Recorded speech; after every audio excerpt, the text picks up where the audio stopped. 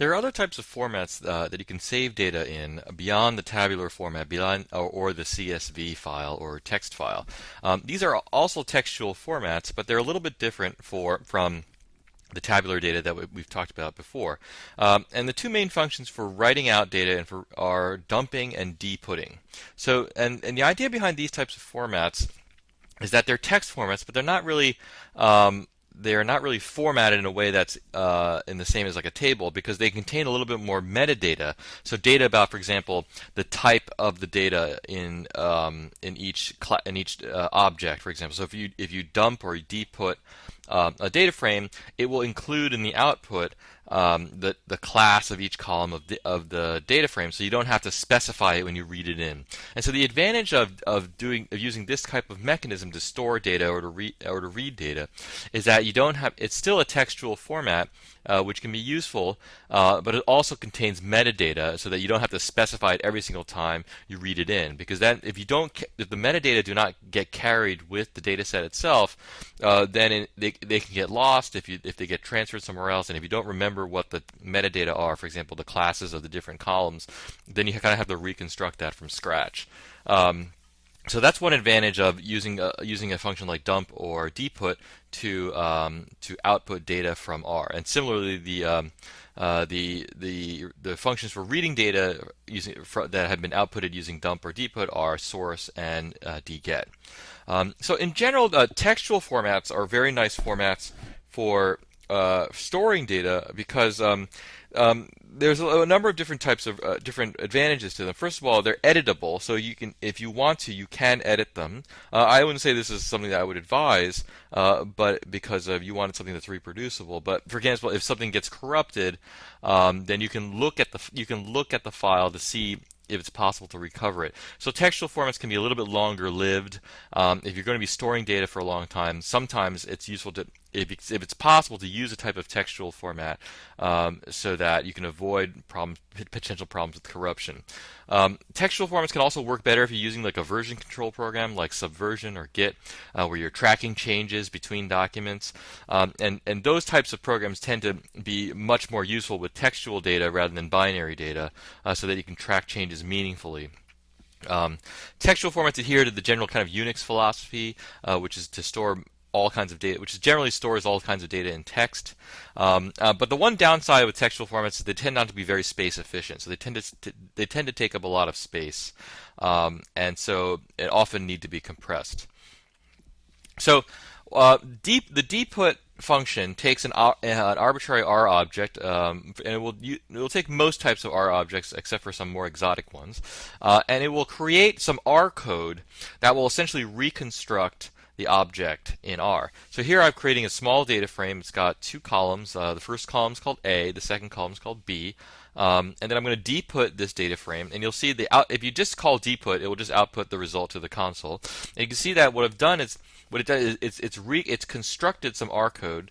For example, it's creating this list that has these two elements in it, and you can see that each element has the data that's in it, and it has the names embedded here. It's got the row names here, and it has the class of the object, which in this case is a data frame. And so all the metadata here, like the row names and the names and the class, are all included in the output.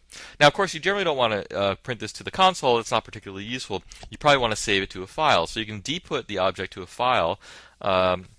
And then later on, you can read it into R using dget. And when you dget the object, you'll get this object, and you'll see that you've kind of reconstructed the object from before. So the deput function essentially writes R code, which can be used to reconstruct an R object. The dump function is a lot like dget. However, the difference is that the dget can only be used on a single R object, whereas dump can be used on multiple R objects. And so what you do is that what you pass to dump is a character vector which contains the names of the objects. So here I've created two objects, one called X, the other called Y.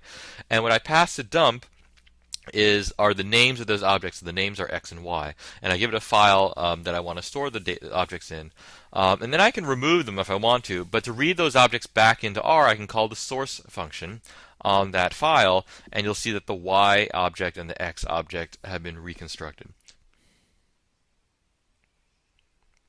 So there are a variety of ways that you can interface between R with the outside world. And generally speaking, there are functions that are used to kind of open up what are called connections to the outside world. Usually, the most common type of connection is to a file. So, for example, if you want to read a file, then you can create a file connection. You might want to, for example, read a compressed file. That's a slight variation on that. And most functions will do this in the background without you having to know what's going on. So, for example, when you call read.table and you pass it the name of a file, what it does behind the scenes is it opens up a file connection to that file and then reads from that file connection. But connection can be made to other types of objects too. For example, you can open a connection to a web page using the URL function. And so when you open a connection to a web page, you can read data from that web page using the URL connection. And so the idea behind the connection interfaces is that it abstracts out the mechanism for connecting to different types of objects that are external to R, whether they be files or web pages or whatever. So the file function is a function that opens a connection to a standard uncompressed file. So this can be useful for text files, for reading in other types of text files. GZ file and BZ file are used for opening connections to compressed data files. So GZ file is used for files that are compressed with the gzip algorithm, and BZ file is for opening connections to files compressed with the bzip2 algorithm. Files that are compressed with gzip usually have a gz extension, and files compressed with bzip2 usually have a bz2 extension. So the file function here has a few arguments. The description argument is the name of the file, and then there's a flag that goes to the open argument, and you have to know what the codes are. Basically, R is for reading, W is for writing, A is for appending, and then RB, WB, and AB are for reading, writing, appending on binary files. The other options for file are not particularly important at this time. So connections can be very powerful, and they can let you navigate files and other external objects in a more sophisticated way than just like reading the whole thing, for example. In general, you don't have to deal with the connection interface in many cases, but sometimes it's useful. So for example, here I've got a simple example where I'm opening a file connection to some file called foo.txt. I'm going to open it for reading. I can call read.csv on the connection, and that by default will just read the entire file. Then I can close the connection. So that three-line process is the same as just calling read.csv on the file. So in this case, there was no need to use the connection to read the file. However, sometimes a connection can be useful if you want to read parts of a file. So for example, here I've got the read lines function, which just reads lines from a text file. And I'm going to open up this words.gz file. So this is a file that has words in it. It's like a dictionary file, and it's compressed using the gzip algorithm. So I'm going to use the gz file function to open a connection to that. And I'm just going to read the first 10 lines. So now I'm going to use this connection and to read the first 10 lines. And here, the first 10 lines are printed out here. And you can see these are the first kind of 10 words in the file. And so similarly, write lines is a function that can be used to write out lines of text to a file. And what you do is you pass write lines character vector, and each element of the character vector becomes a line in the text file. You can also use read lines to read elements from a web page. So, for example, you can use the URL function to create a connection to a website. So this website here is the Johns Hopkins School of Public Health website. I'm going to open a connection there for reading, and then I'm going to read lines from this connection. So the lines of text that come from the connection are going to be stored in this character vector x. So when I look at the first couple lines from x, you can see that it looks like HTML, which is kind of what you would expect.